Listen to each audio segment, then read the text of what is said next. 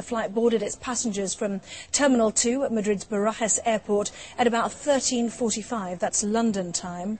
The MD-82 plane was bound for Las Palmas in the Canary Islands, carrying at least 172 people. That figure has been slightly changing. It's believed it taxied to the northwest runway to take off. Reports say its first attempt to take off was unsuccessful and a technical check was carried out. On its second attempt, the plane's left engine reportedly caught fire. An eyewitness has said the plane left the ground but only made it to around 200 feet before nosediving into a wooded area. Since 1981, the MD-80 series has been involved in 19 major crashes. Last year, an MD-82 crashed at the side of the runway and exploded while attempting to land at Thailand's Phuket airport in bad weather. 88 of the 130 people on board were killed.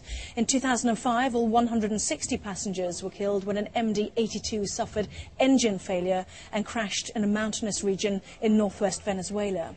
A passenger was blamed for a crash in 2002, which killed all 112 people on board.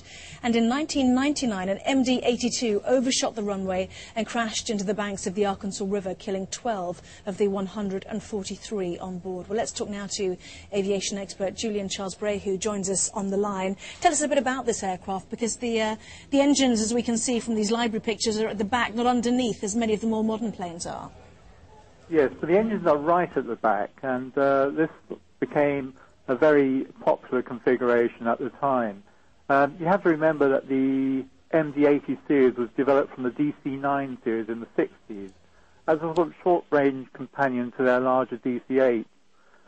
This was all new. They stretched the hull, and they made sure it was fairly narrow-bodied. You had 3 seats on one side, you had the aisle in the centre, and 2 seats the other side. In fact, it was very quiet. You could sit right at the back in between the engines and you could hold a conversation. It was well muffled.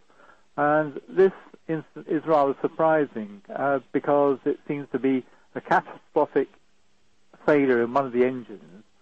Now, if that happens, it means that the fuel which is stored in the wings either side would have been cut off. So the only live fuel would have been in the turbofan system itself. So it rather suggests as though something has happened near the wings and ignited the fuel, which of course is carried in each of the wings.